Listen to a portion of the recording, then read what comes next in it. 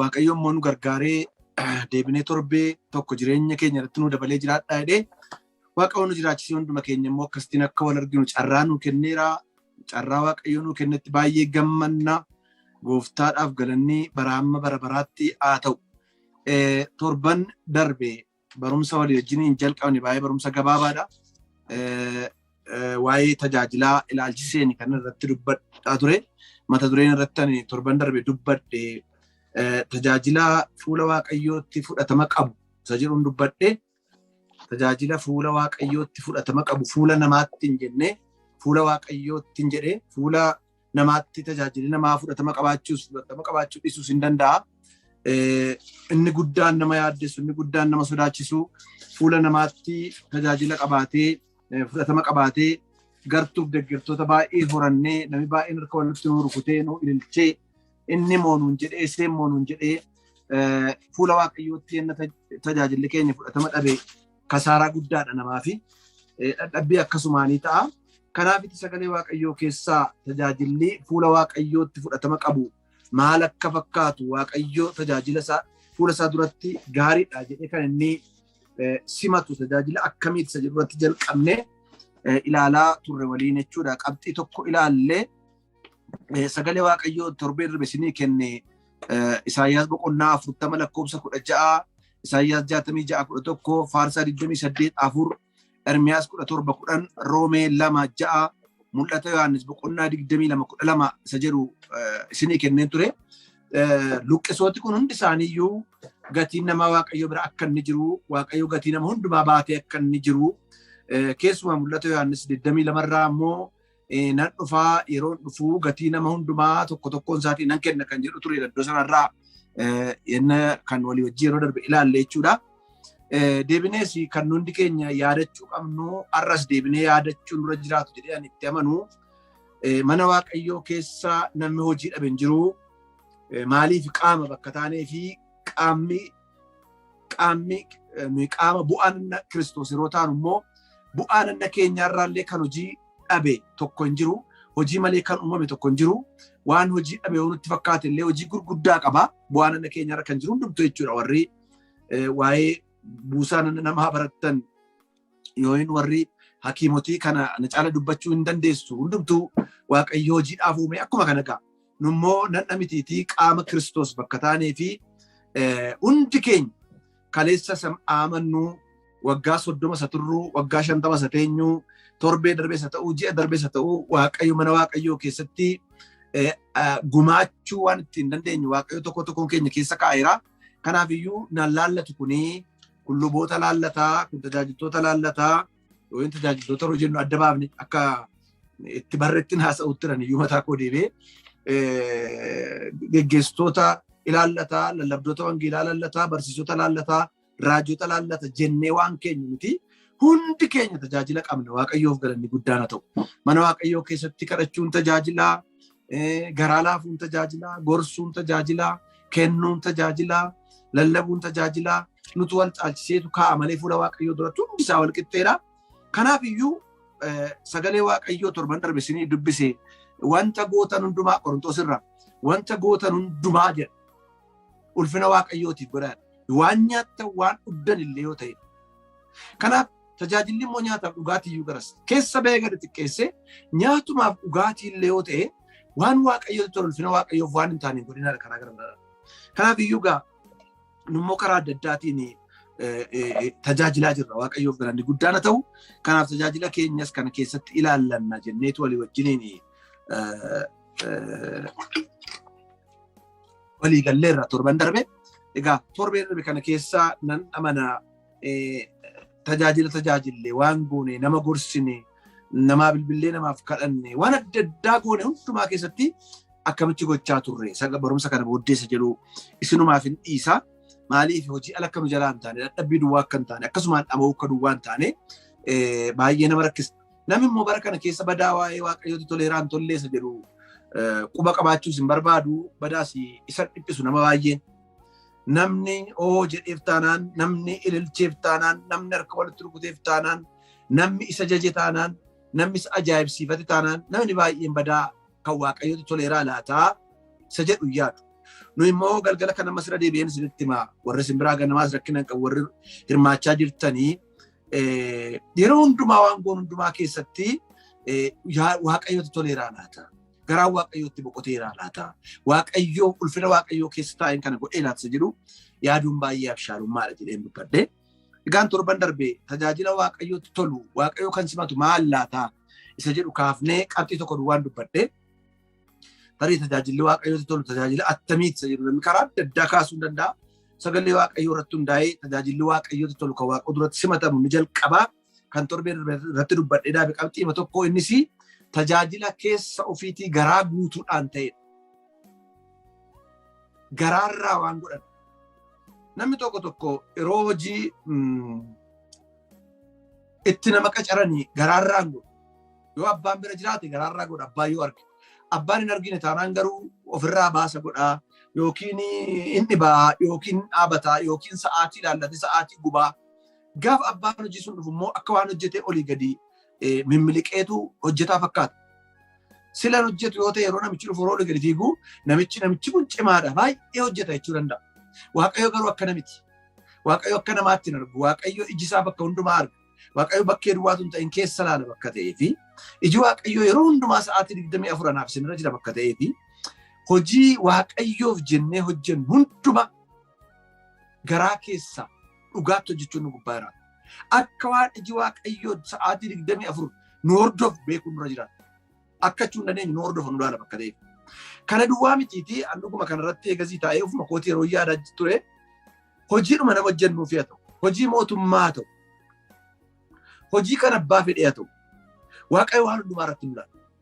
Maaliif yoo jettanii nama yeroo tajaajilluudha kan waaqayyoo tajaajilu malee waaqayyoof tajaajila nu ilaalu argine jiru. Nama amma wal tajaajilu sagalee waaqayyoo lallabu kuni waaqayyoon dhagaa waaqayyoon argaa waaqayyoon beekaa garuu obboloota koo warra dhaggeeffataa jiran kanaan tajaajilaa jira. Ho'ee dhimmee itti qophaa'ee obboloota kootiif hin barbaachisa jedhee waan hin baradhe waan hin hubadhe afur qulqulluu kan keessa koo kaa'ee otuu qusatin otuu hin bifatin otuun immoo warra dhaggeeffatu hin tuffatin garaa koo guutuurraa gochuuf dhiisu koo waaqayyotu madaala jechuudha. Kanaaf wanti garaarraa hin taane baay'ee rakkisaadha jennee torban darbe ilaalle jechuudha. Namoota sadan tokko fudhannee ilaalle torban darbe jalqaba irratti obbolaadhumti jalqaba irratti matsaaf qulqulluutti jalqaba barreeffaman Abeeliif Qaayiniin ilaalle aarsaa dhiyeessanii waan qaban dhiyeessanii inni sun qottuudha waan midhaan dhiyeessee inni sun tiksitee horsiisee bulaadha achirraa hoolaa dhiyeesse waaqayyo kan Abeel ilaalee kan Qaayin ilaalle isa booddee waaqayyoomti immoo deebi'ee Qaayinitti taasisee maa fuulli kee gurraacha'e maa gadi jettee otuu waan gaarii hojjetteeti akka taataattiin jedhee gara aarsaa isaan ilaalleedha. Maaliif akka jiru kitaaba qulqulluun hin dubbatu. Haa ta'u malee hojiin keetu gaariidha ta'eetiin ni jedhu garaa Qaayin akka inni ilaale hubachuu dandeenya. Tilmaamuu dandeenya. Maaliif eegasii booddeedha kan inni obboleessaa yoo ajjeesse. Yeroo waaqa kanatti dubbate hin ajjeefne. Hojii gadheen hojjennes aarsaa seerumaan dhiyeesse nyaatarraa waan irraa. Isa inni ganaa keessa isaatti gaddee jiru aaree jiru obboleessatti aaree jiru sana waaqayyo argeeti hin simanne jechuudha. Kanaaf garaa keessanis waaqayyoon argu guyyaadhaaf galgala yeroo hundaan madaala bakka ta'ee fi garaarraa gochuu qabna jennee toliin dubbanne. Irra caalayyuu immoo Daawitiin ilaalle sagalee waaqayyoo hojii ergamootaa boqonnaa 13 irraa bal'inaan waa'ee nama kanaa hin dubbata. Bal'isees kan inni dubbatu waa'ee Daawitiin dubbata. Hojii ergamootaa boqonnaa 13 lakkoofsa 13:22 ilma Isseey Daawitii nama ka garaa koon argadheedha. Waaqayyo ofii isaatii nama ka garaa koo kan ittiin jedhe jechuudha. Nama garaa koo na cibsu. Nama waan gochuu qabu beekee godhachuudha nama ka garaa koo jechuudha. Deebi'ee immoo lakkoofsuma 36 immoo baay'eedha. Daawit kuni bara isaatti waaqayyoon tajaajilee du'eedha. Kanaafi garasii nama ka garaa koo 22 irratti 36 irratti immoo yaada waaqayyoo tajaajilee du'e. Yeroo kan ilaallu tajaajilli nama kanaa fudhatama waan fuula waaqayyootti qabu waaqoo kan itti gammade yaada isaa tajaajilee nama darbe akka ta'e sagalee waaqayyoo dhugaa ba'a. Namni kun anaaf isinirraa adda miti jennee badii guddaa qaba yakka guddaa qaba yakka nama ciigaa isu mataa isaa qaba. Maal ree yoo jennee nama garaa waaqayyoo kan inni ta'uu danda'ee fi wanta waaqayyoon gaddisiise hojjeteera taanaan nama dafee bir'atee na'ee deebi'u. Nam balleesse nan yakke nama jedhu. Haadhi koo cubbuudhaan na deesse namichi cabbiira na addaa nama jedhu nama bir'atu. Nama badiisaa irratti sababan ta'e abaloota akka na godhe an beekee miti natti fakkaateeti akka ta'an seeneen nama hin jedhu. Dafee fuula waaqootti nama kufu ture jechuudha. Namni kun nama gara waaqayyoo ta'uusaa. Yeruma ilaalle Saamu'eel irraas ilaalleera. Saamu'eel isa lammaffaa boqonnaa 24 irraa tokko kuma 14 ilaalta si'a tokko nama lakkaa'utti ka'e nama lakkaa'utti ka'e otuma waaqoon godhin. Waaqayyo yeroo sana yerootti dheekkamee filmaata 3 kenneef. Filmaata 3 kenne keessaati lakkoofsa 14 irraa gaafa fudhattanii waan barbaade haa ta'uuti harka diinaattis beeras hin barbaadu harkuma waaqayyoo naa jedhee harka waaqa irratti nama of gatu ture. Waan barbaade yoo ta'e harka waaqa irratti nama of gatu ture. Diin isaa inni isa ari'ataa ture Saa'ol yeroo inni du'e nama boo'eef. Handaara wayyaa isaa xiqqoo kutuun illee nama garaan isaa gaddeef. Ajjeesuu otuu danda'u lakkee harka koo walitti hin kaasu an nama jedhe. An nama garaa akkasii kitaaba qulqulluu irraa argeen beeku. Nama garaa waaqayyoo garaa laalas jedhutti kana kaase. Museen yoo fudhanne Museen nama garraamii gadu qabu kan akkasaa kan hin jirre jedheetu waaqayyo waa'ee Musee hin dubbata. Waa'ee isaa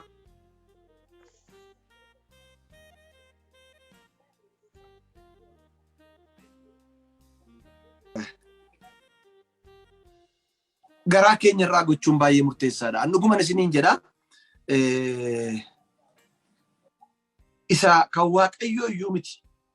Isuma lafarra jiraannu nama wajjin jiraannu illee waan goonu garaa keenya irraa godhuun akka nama gammachiisa. Nama tokkoof waan godhan garaa irraa waa gochuun. Waldaa kiristaanaa keessatti illee tajaajila waan godhan garaa irraa gochuun. Hojiidhuma hojjetan illee garaa irraa hojjechuun. Iji waaqayyoo na argadhan jechuudha. Waa biraa mitiidha. Yennan akkuma goone kiristiyaanni bakka hundumaatti iji waaqayyoo narra jira jedhee na socho'ee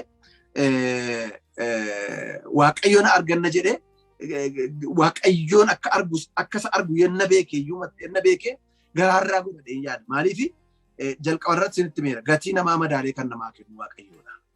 Hunda keenyaaf waaqayyoo gatii nu kenna. Nuyi lafarratti yeroo deddeebinu namni nu ajajuudhaa fi duuka buutuu baay'ee horachuu fi yoo inni immoo ajaa'ibsiifamuu fi miti inni guddaanii waaqayyotti toluudhaa fi kanaafitu wanta gootan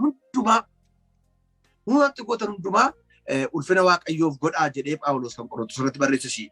Kanumaaf isa jedhu ni dubbadhe. Deebi'ee har'a immoo waaqayyo jedhe egaa qabxii lamman tokkoon isinii dabala. Tajaajila waaqayyo simatu inni lammaffaan immoo waaqayyo tajaajila akkamii simata. Garaarraa keessa ofiitii kan hin godhamne simatu argine irra simanne garaarraa isa ta'e immoo waaqayyoon simata. Kana kan waaqayyo simatu.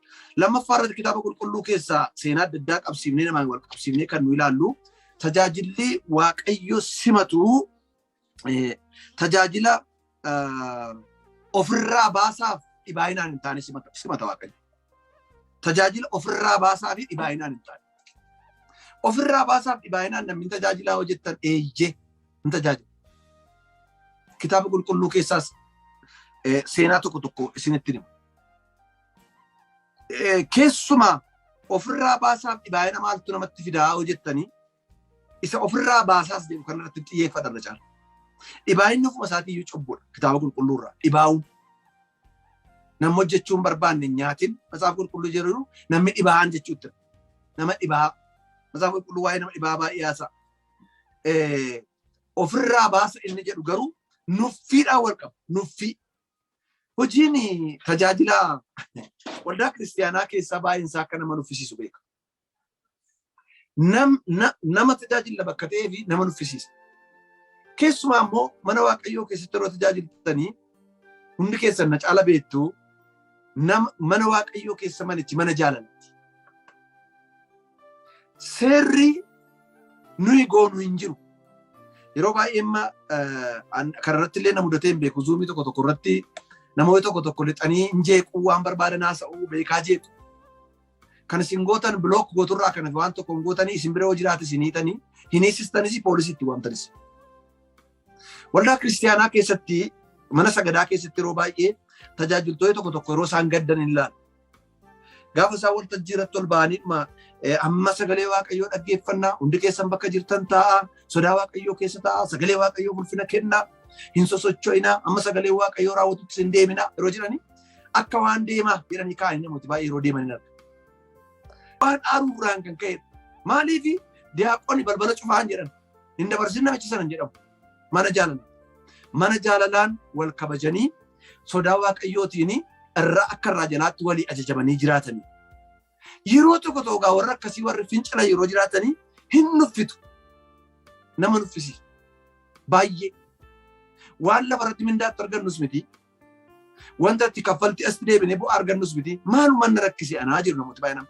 Maaluma na rakkise. Callisi kurnaffaa koo kaffaladhe. Waaqeffannaa koo dhaqe. Yonnan deebi'ee galee mana kootti galee nuffuurraa dhaqe. Nuffuu kanatu otuun jaallatin egaa namni baay'ee tajaajila irratti nuffee amma naagame jedhu ofirraa bas tajaajilutti qaba. Akka waan seeraatti fudhate yoo dhiise akka waan rukutamu yoo dhiise akka waan abaaramu yoo dhiise akka waan hidhamu akka adabuutti fudhateetu akka gochuutti qaba. Sagalee waaqayyoo keessaati seera lakkoofsaa boqonnaa 20 lakkoofsa 11 isinii dubbisa. Seera lakkoofsaa boqonnaa 20 lakkoofsa 11. Kutaan suni baay'ee nama dhiba. Namumti waaqayyoo torban darbe garaa gaarii qaba garraamiidha. Waaqayyo dhugaa baheeraaf jennee matsaaf qulqulluu irraa walii wajjin ilaalle Museen garbichi waaqayyoo yeroo inni nuffe tokko jira. Hin nuffe kan isin dhibba. Sila isinitti meera ittiin faradamu. Eeyyee saba kana iddoo balleessitu anaan na balleessi. Yakka isaaniin dhiibneef taanaan anaan galmee jireenyaarraa na haqe nama jedha. Nama garaa gaarii. Garaa gaariin ta'uu isaarraa nama tajaajilisaa fudhatame yeroo sanatti ilaala. Bakka kanatti immoo kan isin dhibu nuffee hojii ofirraa baasaa waan godheef yeroo inni gatii kaffalu ilaalla. Tajaajilisaa fudhatama dhabuurrayyuu hafee tajaajilli yeroo sanatti battala sanatti addatuttiin sanatti inni godhe fudhatama dhabee gatii isa kaffalchiisu ilaalla jechuudha.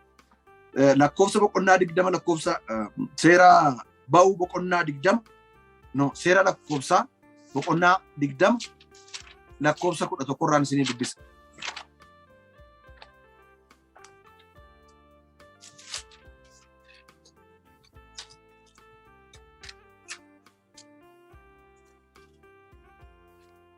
Boqonnaa 11 irraa akkana jedha.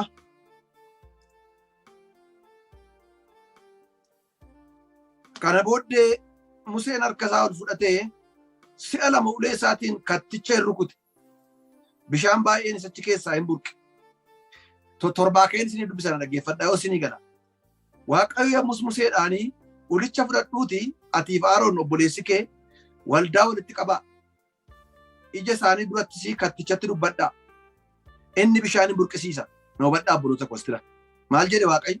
Ulicha fudhadhaati atiif Aaroon obboleessi kee waldaa walitti qabaa. Ija isaanii duratti ija maali? Ija saba sanaa duratti kattichatti dubbadhu ittiin jedheen dubbadhaayyuu miti dubbadhu. Yeroo sana maal ta'a? Inni bishaan hin burqisiisa.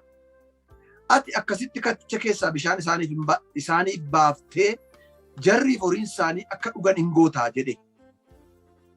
Museen akkuma Waaqayyoo isa abboometti ulicha fuula Waaqayyoo duratti hin fudhate. Museef Aaroon kattaa sana duratti waldicha erga walitti qabanii Museen isaaniin isin warra didduunan ilaalaa gajecha kana gararraa waan jedhame ilaalaa asii ilaalaa.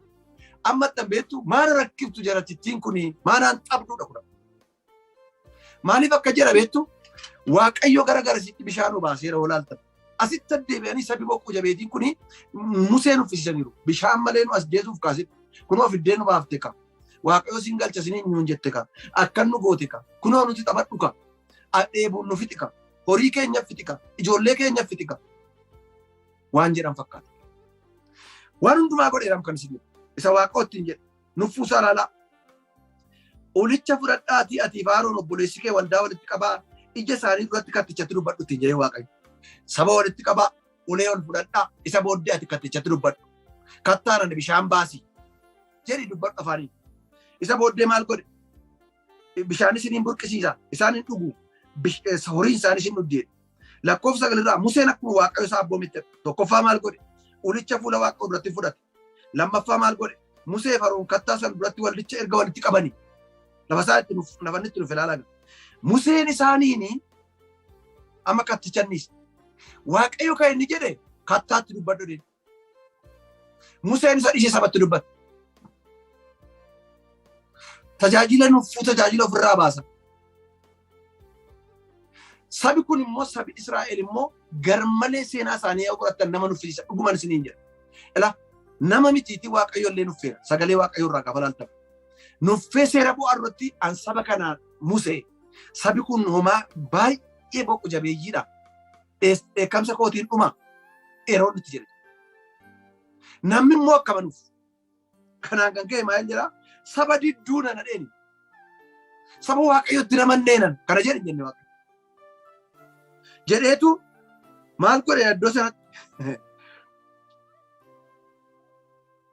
saba didduu nana dhagaa amma egaa nuyi kattaa kana keessaa bishaan isinii baafnaare kattaa sana waan akkasittiin kattaa kana keessaa see jedhee seera machii garuu kutee fakkaatu see laattan kana keessaa isinii baafnaare manu waan jedhe fakkaatu jedheetu akkasii alama kattaa kana itti argisiise isamee in xaqqomuu beektumni kattaa kana sanitti hin jedhe itti dubbadhu seera kattatti bareera kana keessaa isinii baafnaare jedhee hojii ofirraa baasaa godhe gaafa itti huftanii dubbattan seenaa isaan ilaaltu Waaqayyo yeroo tokko tokko saba isaaf jedhee tajaajila keenya simachuu baate illee hojiin hojjeta namoota baay'ee bara kana keessa mukaan goomsu baay'een jedhu Waaqayyo saba isaa jedhee nutti fayyadamee waan baay'een hojjeta saba isaaf jedhee nutti fayyadamee waan baay'ee hojjetee yoo nu gatii dhabne amam qasaa tajaajiltooti baay'een kennaa adda addaa irra Waaqayyo kenneef akka barbaadan ta'aa yeroo tajaajilan yeroo Waaqayyo hojii hojjetu salaalanii gowwoomu yeroo akka barbaadan ta'aa dhaqanii waltajjiitti ol ba'anii seexanni immoo akka keessa jedhanii yeroo seexanni iyyuu fi boo Waaqayyo isa kaan dhimma ittiin qabu simateera jedhanii dhiisu Waaqayyo yeroo baay'ee tajaajila keenya yoo simachuu baate illee yeroo tokko tokko saba isaatiif jedhee hojiin hojjeta maal jedha dhumarratti waa'ee yeroo dhumarratti bara dhumarratti maal jedhaa warri tokko tokko dhufanii eega balballi cufamee booddee maqaa keetiin seexanan baafne maqaa keetiin raajiin dubbanne hin jedhu akka jechuun maa jechuudha saba sanaa jedhee seexana isaaniin baasisuu hin danda'a saba sanaa isaan jedheetu raajii dubbachiisuu hin danda'a yeruma isin raajii dubbachaa turtan iyyuu yeruma seexana baasaa turtan iyyuu yeruma sana iyyuu isin hin beeku ittiin jedhaa akka jechuun maa jechuudha tajaajila fudhatama dhabe warra kaanii bu'aa ta'anii ofii fudhatama dhabanii badu Waaqayyo gooftaan maccaanan isiniin nu haa oolchu kanaaf iyyuu addoo kanatti yoo fudhattan Museen maal godhe hojii nuffee ofirraa baasa kana booddee Museen harka isaa ol fudhatee si'a lama ulee isaatiin katticha rukute bishaanni baay'eenis achi keessaa hin burqe jarri hundi horii isaanii dhugan Waaqayyo immoo Musee fi Arooniin sababii isinitti ergaan ilaalaa fudhatama dhabuusaa ilaalaa gatii kaffalchiise iyyuuti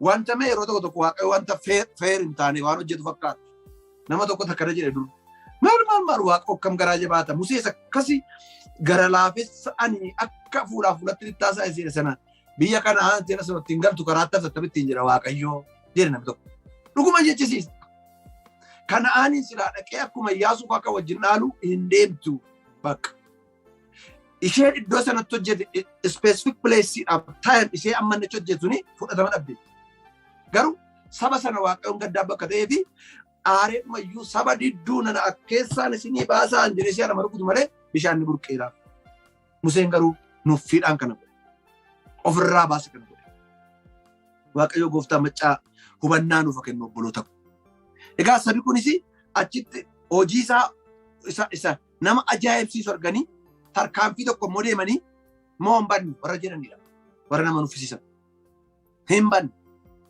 Waaqayyo nu gate warra jedhanidha isa harkaa nyaatanii dhuganii otuun turan immoo akka warra nyaannee warra ta'an kanaaf har'as taanaan tajaajilli waldaa kiristaanaa keessatti tajaajillu isin hundi keessan beektu nama nuffisiisa amala nama meeqaa yaada nama meeqaa ilaalcha nama meeqaa garaa dhukataa nama meeqa jira safuudha garuu Waaqayyo hunduma kana danda'ee nu baata maqaan isaa bara baraan kan eebbifamee ta'u kanaaf nama nuffisiisa nan dadhabe amma onaa gam nama jechisiisa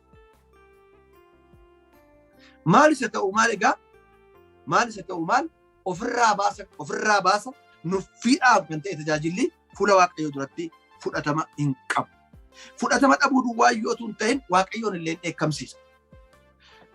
Raajii Ermiyaas boqonnaa 48 lakkoofsa 10 irraa isin dubbisa. Billaadhaan rukutanii ajjeesuu iyyuu yoo ta'e namni isa Waaqayyo abboome kana garaa hiruudhaan hojjetu abaaramaadha.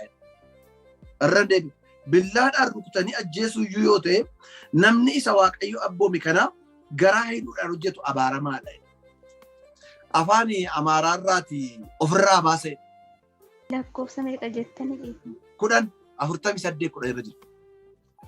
48 billaadhaan rukutanii ajjeesuu yoo ta'e iyyuu namni isa Waaqayyo abboome kana garaa hiruudhaan isa kana nan barbaadu.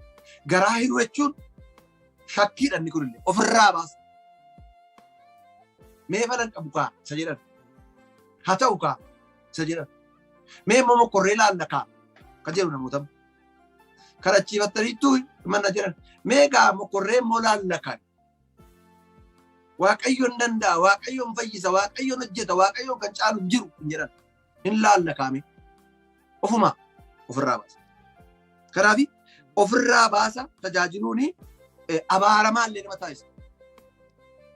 Hin dheekkamsiisa Waaqayyoon gaddisiisa. Akkuma Museen sila godhe dhagaatti dubbadhonnaan aariidhaan sabatti dubbatee dhagaa seera markutu. Itti dubbadhu kan inni jedhe Waaqayyo saba dhagaatti. Inni kan dubbate sabatti. Bakka. Akkuma mee kana keessaa sinii baafna jechuun jechuudha. Waaqayyoo itti dubbadhu keessaan baasa dheedha.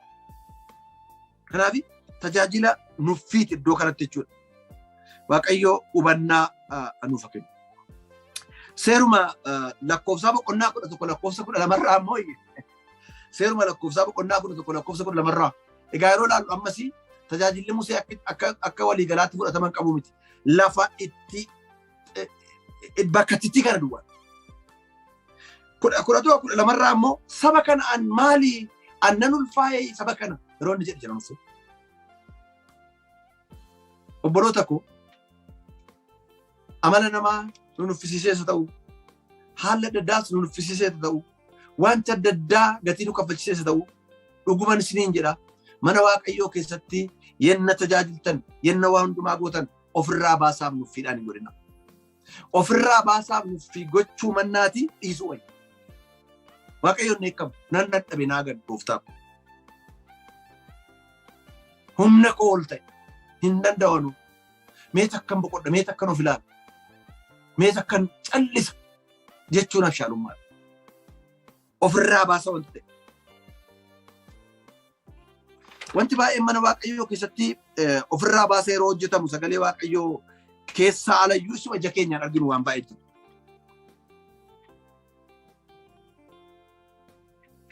Yeroo tokko namooti na dhibu. Yeroo kadhannaa fa'aa yeroo ga'u hin ga'e immoo yeroo kadhannaa jedhu gammadanii kadhachuutu ta'ini. Ijoolleen keessumaa yeroo tokko na dhibu isan na kofalchiise mucaa keenya tokko. Obboleetti tokko wajjin kadhatu turanii dursa sana nu mana hin jiru nutti immoo ijoollee shishibiidha. Iseen ofii baay'ee kadhatti ijoollee kana kadhachiifti. Ijoolleen isa jilgeenfatanii mata duree kadhataa himanii maal jedhanii hundi kana nuffaniiru. Mucaan tokko immoo akka abshaalaati. Gameeraaf ganaa mata duree kadhannaa himtee sa'aa tokko jilgeenfachiiftee amma gaa walitti qabeen hunduma isaa xumuraa jetti. Borii kana dhagayeera bakka ta'eefi akka hin dhiifne isheen hin kadhannaa jetti. Akka hin kadhanne dhadhabanii nuffaniif. Amma isa booddee yeruma isheenii jalqaba kottaa hin kadhannaa jettu egaa ni ka gootu himaa jennaan nuyi jilgeenfanne amiin jenna ati immoo walitti qabiidhuma tokkichumaan jalqabii nuuf jedhanii. Kun egaallee ijoollee namni baay'een walgayii mataa isaa hin nuffa. Nuffeen ofumarraa baasee dhaqeetu hin oolu. Achi dhaqee yaadan kennu yooyin immoo maal hin jedhu yooyin immoo ijaarsa mana Waaqayyoof hin dubbatu yooyin immoo calliseetu maaltu na galche amma nan xunnetti taa'eedhuma seera guutee manatti gala. Waldaa kiristaanaa keessatti. Waaqeffannaas namumti maal naan jedhaaf dhaqee yooyin waaqeffatu yooyin dhiisu yooyin maal hin jedhu maaltu jedhame hin beeku sagalee waaqayyoo hin beeku taa'ee bahee gal ofirraa baasa. Yeroo waaqayyoof kennan illee yeroo du'aa yeroo macarrashaa wanti waaqayyoof kennan illee wanta gadi bu'a. Ammallee hin beeku yeroo tokko diyaaqonooti waldaa keessaa kan isaan gunguman maa'inni birrii illee taanaan isee baankiitti geessanii jijjiiramuu diddesee ciccittuu warri kennaa buusii keessa buusan ofirraa baasa buuseera. Bakka maal rakkinni isaa buusiidhuma nama arginaanii ija waaqayyoon argatanii yaadan. Wantooti ofirraa baasa godhan wanta baay'ee jira gatii nama kaffalchiisa. Kadhata ofirraa baasa. Akka idaatti fudhachuu, akka ba'aatti fudhachuu, waaqeffannaa akka yeroo dabarfannaatti fudhachuu. Wantoota baay'ee. Biyya keenya keessaa amma kan rakkisu sa'aatii. Namooti baay'een mana sagadaa yoo ta'e mana sagadaa tooti maal rakkinni jedhu. Sa'aatii 3 jalqabna yoo jedhani sa'aatii 4 dhufu. Sa'aatii 6 finnaa yoo jedhani sa'aatii 5 soqu. 4 dhufanii 5 soqu. Lafa biraadha, lafa hojiiti, lafa biirooti, lafa firmaati yoo ta'e immoo dafanii farrama bakka ta'eef hin naqu. Sa'aatii 5 naqu. Ofirraa baasa wanti nu goonu fuula waaqa duratti fudhatama qabu. Ofirraa baasa waaqeffachuurraa dhiisuu wayya. Ofirraa baasa kennuurraa dhiisuu wayya. Ofirraa baasa tajaajiluurraa tajaajila dhiisuu wayya. Dhuguman isiniin jedha. Maaliif yoo jettanii inni guddaan ka'umsi irratti dubbachaa jiru tajaajila fuula waaqayyoo duratti fudhatama qabu maali sanii? Namni abeet sagantaa nafu, abeet kenna, abeet akka godhanuun jedhee waaqayyo nu taajjabee gatiin keenya fuula waaqa duratti yoo gadi bu'e maal nuu qabu fuuta. Homaa tokko bu'aan baasu. Of gowwoomsina malee waaqa gowwoomsuu hin dandeenyu. Nama sin gowwoomsina, geggeessitoota sin gowwoomsina, warra nu dhaalu gowwoomsuu dandeenyu.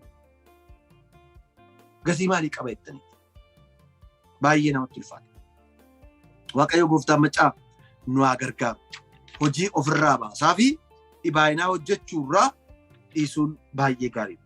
Deebi'ee sadaffaa irratti tajaajilli fuula waaqayyoo duratti fudhatama qabu maalinni yoo jettanii ayyaana waaqayyo nuu kennee fi bakka waaqayyo nu dhaabee yoo dhaabbanne fudhatama qabu.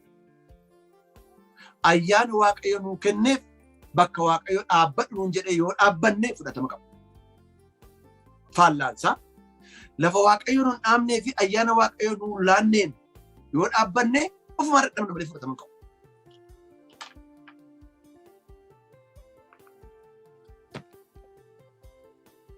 Fudhatama dhabuurra iyyuu hafee kan isin dhibu badiisa iyyuu geggeessu badiisaaf saaxiluu danda'a. Qaama kiristoosii taate waldaa kiristiyaana. Dadhabbii duwwaa namatti fiduu danda'a. Yoo inni immoo waan hojii hin qabne bakka ta'ee fi nama biraatti miidhuu danda'a. Qorontoos duraa boqonnaa 10 lakkoofsa 11 tokko isin dubbisa. Qorontoos duraa boqonnaa 10 lakkoofsa 11.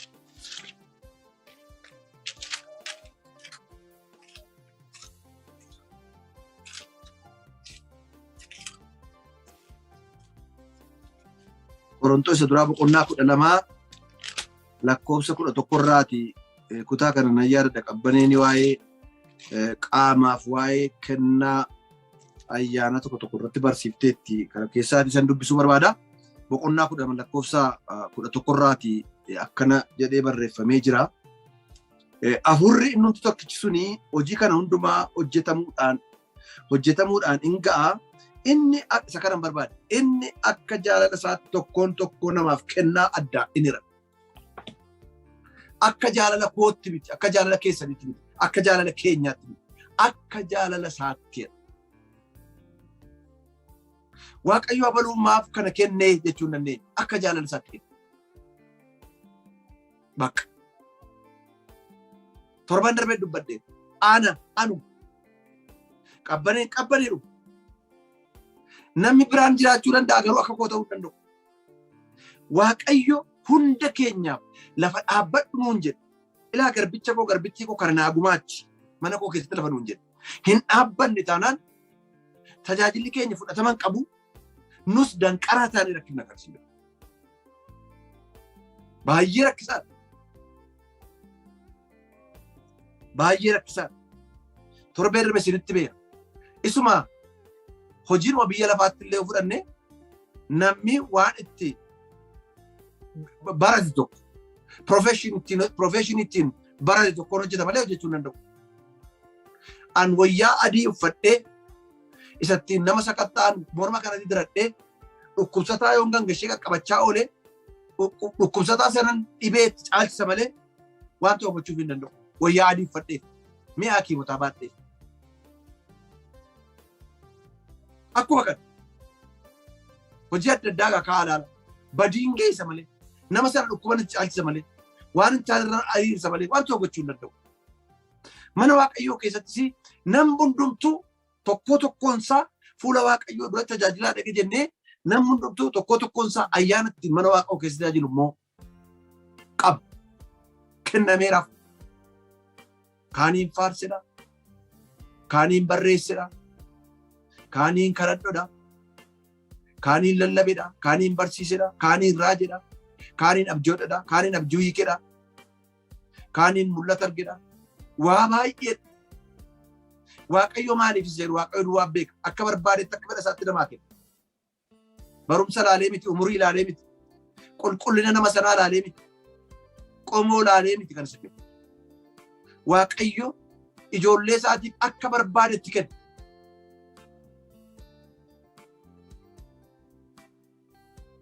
Gaddaa aniif qabbaneen naannoo Adaamaatti nama tokko argine. Hoteela baay'ee guddaadha hoteelichi kan isin dhibu. Abbaa hoteelaa sana callisee nu bira dhufee nu dubbisee nu wajjiniin taa'ee ganama ciree nyaannaa nu wajjin haasa'utti ka'e. Nu bareemu nu wajjin haasa'utti ka'e. Baay'ee nu dhibe seenaa isaa yeroo nutti himu baay'ee nu dhibe. Akkamittiin ka'eessa akka inni ga'e nutti meeti wanta ijoollummaadhaa argee nutti himu. Ijoollummaadhaa wanta argee amma Waaqootti hin ga'e nutti himu. Taa'ee yaadi Waaqayyo yeroo tokko tokko warroota maqaa isaan uumne iyyuu kennaa ilaata dhuu shakki. Booddeedhaa gaafa nutti munni kiristiyaana maatii isaas. Amma har'a jira inni atamma Waaqotti argisu kun jennaan akka durii daddafee hin jiru malee har'a jira kun jenna. Maaliif Waaqoo namicha kanaa kana kenne jechuun danda'amu. Wanti inni keessa darbe waan baay'eedha kan ture dabarsa. Waaqayyo tokko keenya keessa kaa'eera bakka deebi maa inni mana Waaqayyootti kan kee Waaqoo keessa koo kaa'e. Kanatti abittiin bartuu otuun hojjedhe mana Waaqoo keessatti natti tola keessa kooti hojjedhu kan naan jedhu maa inni isa jedhu adda baasu kana kennaa jechuudha. Godhi wanti sana gochuu baannaan kan isin hin boqonne jechuudha. Kan isin ittiin tolle jechuudha. Malee nami baay'een namu malaaleetu bakka isaa malee hiriira. Bu'aan buusu warra kaan dhaqee rakkisa. Bu'aan buusu. Amma wanti waldaa keessatti barame tokko jira. Namooti haaraan hin dhufu barumsa baratu. Barumsa eega baratanii yoo hin cuubamu. Eega cuubaman yoo dubartoota taanaan gara gartuu kadhannaa jiru. Dargaggoo taanaan gara faarsaa. Akkuma hin faarsaa kennameeraa fi kadhannaadhaaf Waaqoo kadhadhu jedhaa maaltu sitti tola keessa ga'e maaltu sitti dhaga'ama jedhamu. Waanuma beekame ta'e. Inni Waaqayyo otuu faarsi keessa kee anaammee jedhee keessa isaan kaa'iin gara faarsaa dhaqe faarfattootaaf dhaqee danqaraa ta'a. Bakka kan jeequ bita roosaan jedhan mirga roosaan jedhan bitan beeku kaa iddoo isaa malee dhaabate bakka ta'e. Tajaajilichi numa jeeqamu fudhatamas hin qabu. Maaliif Waaqayyo kan inni ittiin tajaajila keenya ilaalus wanta ittiin nutti kenneedhaan. Wanta ittiin hojjennu abbaa qabeenyichaa yeroo hojjetootatti kenne tokkotti 10,000 kenne tokkotti 5 kenne tokkotti 1 kenne mini isa 10 kenne isa warraa dhufee gaafate malee waan biraa miti. Isa 5 isa tokko dhufee marraa gaafata kanuma kan jedhu. Kanaaf baay'ee danqaraa ta'a. Al tokkotu obboleessi tokko nama guddaadha umuriin. Nayyaa keessa kutu dhufnaa hinaase. Waldaa keessa jiru keessatti ani isaanii faarsus hin beeku. Obbo Yaadataa jedhamu maqaa isaanii hundee rakkina qabu. Hin gongomu na dhowwatanii faarsaa na dhowwatanii an faarsi keessi koo naan jedhaa keessa koo faarsaatu guutee obbo Yaadataadhaan faarsu takkaa hin argine faarfattoota isaanii dabalamees takkaa hin argine booddee faarsaan kennameef madrakii achi ba'an hin dhaabatan saba kana laalan akka natti tole gochaan isaanii karaa tokko baga faarsanii hin balleessin baga faarsanii nama ofitti hin kofalchiisin baga faarsaniis immoo ofuma makka entertain gochuudhaaf yoo ta'e kolfeen makka nama gochuu achi ba'anii jechuufis jedhanii waan go'ee dhabanii waan jee dhabanii akkas maachi tokko yaaduu godhaniitu waaqayyoon naa kadhadhaa waaqayyo isin haa eebbisu ni ba'anii sokkan. Baay'ee gaarii ani waaquma itti naan dhiisan ta'e naaniidhuma akka achitti ilaalan ta'uu fi naan dhiisan ta'e beeku eegasii obbo Boyaalataa waa'ee faarsaa waa'ee maalii achiin qaba. Kan nurraa bareedu bakkuma keenya yoo ta'e bakkuma waaqayyo nu kaa'e keessa keenya kan kaa'e yenna goone malee ayyaana waaqayyo nu laanneen qaawwaadhuma kana utuun ilaaluu cufaa utuun ilaaluu qaxxaan cufuun qabattanii yoo seentan illee qaawwaa sanan bal'iftu malee cuftan. Waaqayyotti immoo ittiin gammadu. Kanaaf obboloota kun kennaa waaqayyo nuu kenneen mootota isa duraa boqonnaa 13 lakkoofsa tokko kaasanii waan tokko laala. Nama Iyyoorba'aam jedhamu jira. Iyyoorba'aam kuni gara kaaba Israa'elitti qomoo 10 fudhatee Israa'eliif mootii isa jalqabaati. Bara dhibba akka dhaloota Kiristoos dura 931 amma 910tti nama bulchee. Namni kun mootii ta'uu ta'ee jiru wanta isarraan godhamne hojii mootiin hin goone tokko ayyaana isaa malee dhaqee dhaabbatee waaqayyoon dheekkamsite kan ta'e. Mootota isa duraa boqonnaa 13 lakkoofsa tokko irraa naqeessanii dubbisa.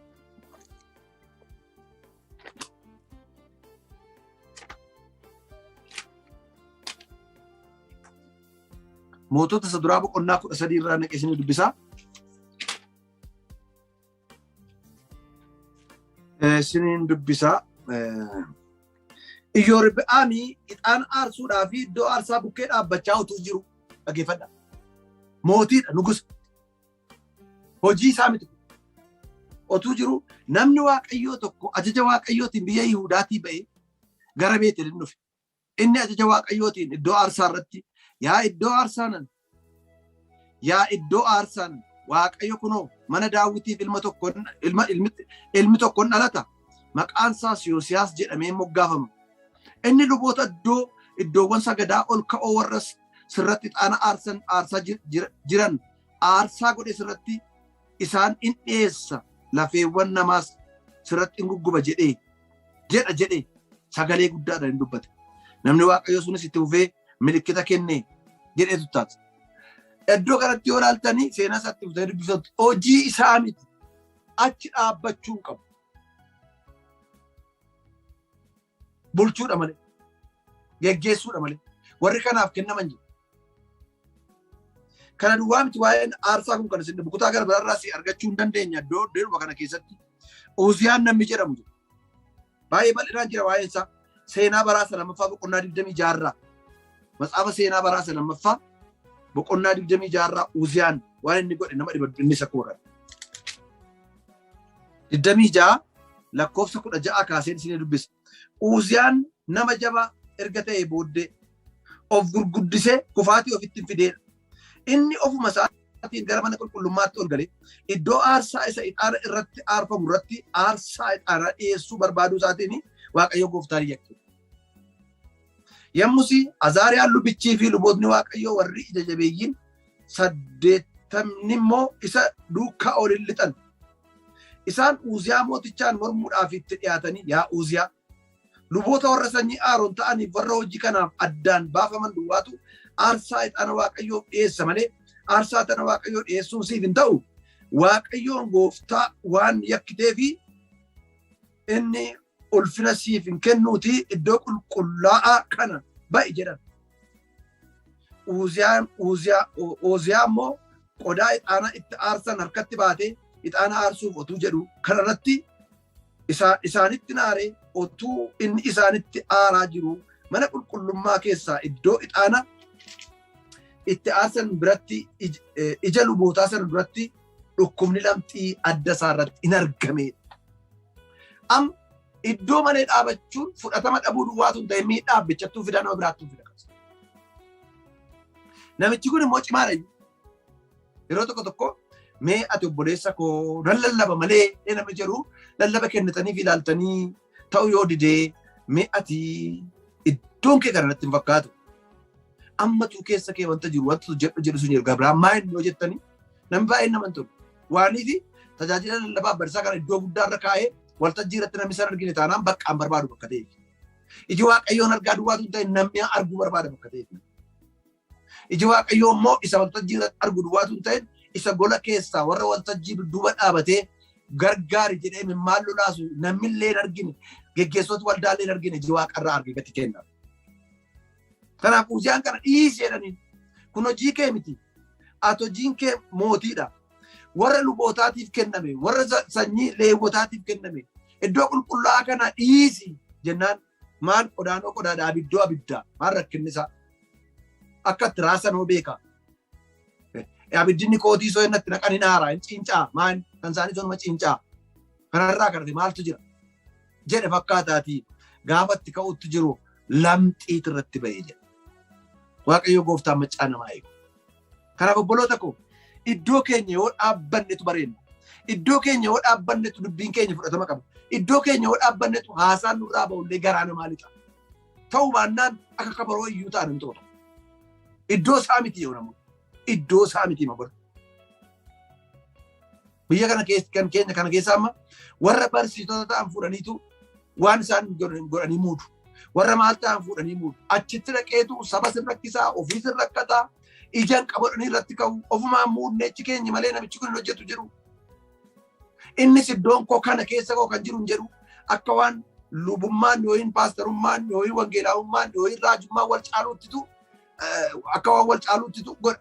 Inni jalqabaa sadarkaan jalqabaa lallabaa wangeelaa tan jedha. Takka tureetu immoo ayyaana koo lallabaa wangeelaa miti eegduudhaa miti. Warri waldaa gaggeessanis akka waan guddinaatti ilaalaniitu lallabaa wangeelaa gara eegduutti guddifannaan jedhu. Guddifachuu waan ta'eef jiru hundumtuu ayyaanni Waaqayyoo keessa kaa'e guddaan Waaqayyoo garanni guddaan haa ta'u. Kanaaf iyyuu obboloota namni kun otuutti himamu didee iddoo isaa malee dhaabatee dhaqee danqaraa ta'e tajaajilli isaa fudhata.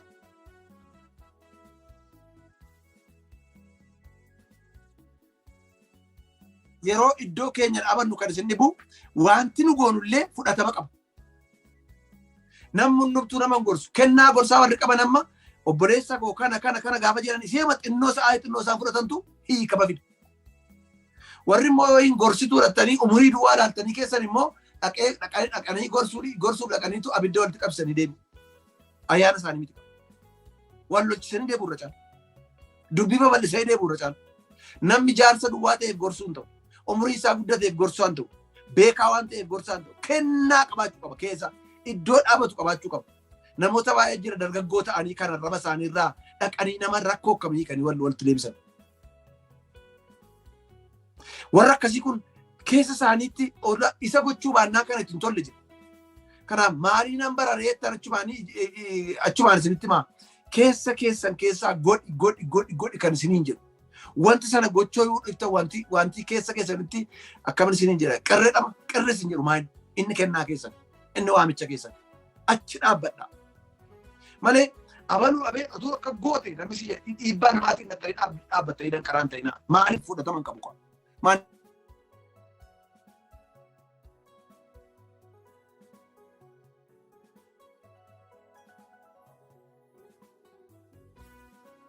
Saddeetitti gaafa laaltanii qaawwaadhuman cufaa innoon tureeti Saamu'eeloon turee jedhee akkuma kanaa.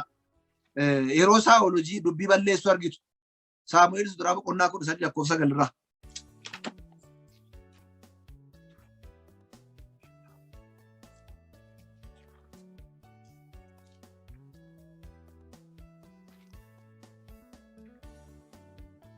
Siniin dubbisaa duraa boqonnaa 13 lakkoofsa 9 jira. Akkana jira. Kana booddee isaa olii mee lakkoofsuma 5 ka'een dubbisa. Filisxeemonni immoo konkolaatota 30,000 abbootii fardeenii 6,000 fi loltoota baay'inni isaanii akka carracha qarqara galaanaa ta'e walitti qabatanii Israa'eelota loluuf hin ba'an.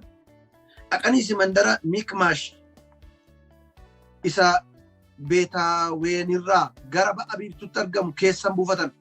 Namoonni Israa'el immoo iddoo sodaachisaa keessa akka jiran loltootni isaanis akka sardaman yommuu arganii holqa keessa, qoraattii keessa, kattaa keessa, bowwaa keessa, boolla keessa sin dhokatan. Warri kaan immoo Yordaanosiin ce'anii gara biyya Gaadii fi biyya Giliyaadin naqan. Saa'ol garuu ammayyuu Gilgiilaa ture. Namoonni hundinuu immoo hollachaa isa duukaa hin bu'u turan. Ilaalaa yeroo sana 8 kee. Kana booddee Saa'ol akkuma Saamu'eelii wajjin dhaaba qabu turan guyyaa torba isa in eegi. Saamu'eel garuu akka dhaaba isaatiitti gara Gilgal hin dhufne. Namoonni Saa'oliin kophaatti isa dhiisanii in tatamsa'an. Yeroo sanatti Saa'olii qalma gubamuuf qalma araaraa anatti fidaa jedhe.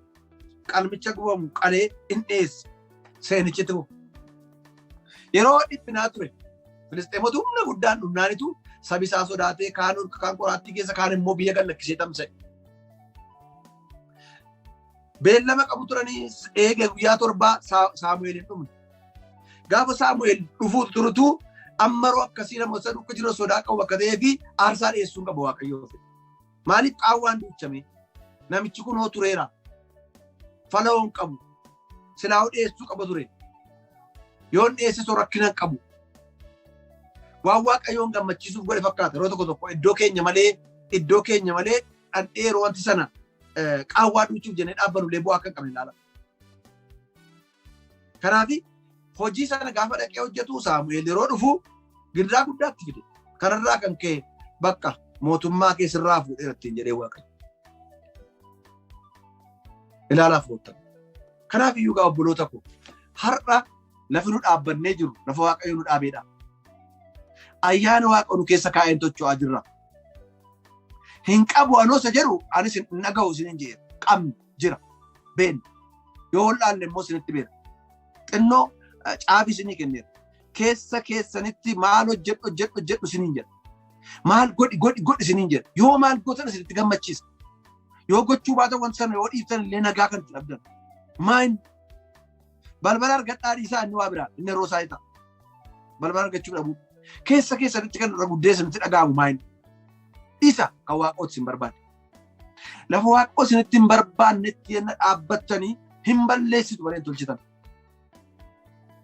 Dhugumaan isiniin jedha. Dubbiin isin keessaa ba'u lallabdu yoo ta'e nama lixu. Hiikamtu. Qalbii nama diddiirrachiisu. Iddoo keenya yeroo ta'u fudhatama dhabanus dadhabbii duwwaa dhukkii duwwaa taanee deebina. Gaafa iddoo keenya dhaabbannu garuu abeet gochaa keenyaa mi'aawu. Abeet wanta xinnoo nu dubbannu furmaata inni fidu. Abeet Waaqayyoof garanni guddaa na ta'u. Kanaafi tajaajilli fuula Waaqayyootti fudhatama qabu maayin waan sadiin dubbanna. Tokkoffaa tajaajila garaa guutuurraa ta'e. Lammaffaa tajaajila nuffiidhaa fi ofirraa baasaan hin taane. Sadaffaa lafa Waaqayyo nu dhaabee fi ayyaana Waaqayyootti nu dhaabeen yenna dhaabbanna. Faallaansaa fudhatama qaba. Kana yoo ta'e Waaqayyootti hin tola. Hamma barbaanne yoo goone, hamma dandeenye yoo goone Waaqayyoon simata. Waaqayyoon simannaan immoo inni simate sun namoota akka simata godha. Waaqayyoof galanni guddaan ta'u. Kanaafuu inni guddaan keenya giddu galeessi tajaajila keenya wanta gootan hundumaa ulfina Waaqayyootiif godhaa inni jedhu tajaajila sin dabalata bakka ta'ee fi warri bulchinu, warri geggeessinu, warri barsiinu, warri lallabnu, warri raaju, warri gorsinu, warri arjoomu, warri kennaa jaalalaa qabnu. Kennaan baay'eedha. Fixuu hin danda'u. Lafa Waaqayyoo keessa keenya kaa'e wanti nu goonu warri kadhannu, warri mana qulqulleessinu, warri nama organize gochuun nu tole organize goonee hojii Waaqa irratti nama riibsinu, warri kallattiitti lannee namatti lallabnu, warri lallabnu immoo gargaaru. Tajaajilli bal'aadha bakka ta'ee fi dhugumaan isiniin jedha. Wanti nu gootan ilaalcha namaaf utuu hin ta'in, dhiibbaa namaan utuu hin danda'in, waan adda addaa utuu hin danda'in, Waaqayyotti kan tolu, Waaqayyo kan simatu, tajaajila akkasii akka tajaajilu bara keenya nu hafe keessatti Waaqayyo gooftaan maccaa ofii isaatiin nu gargaaru. Torban sadiif taatuudha. Kanaaf qabxii lama dubbadhe irraa mee kanarra dhaabadhaati obboloota koo. Tajaajila namaatu hin ta'in kanuma keenya inni ilaale natti tola. Kanuma jireenya mataa keenya inni ilaale nutti tola.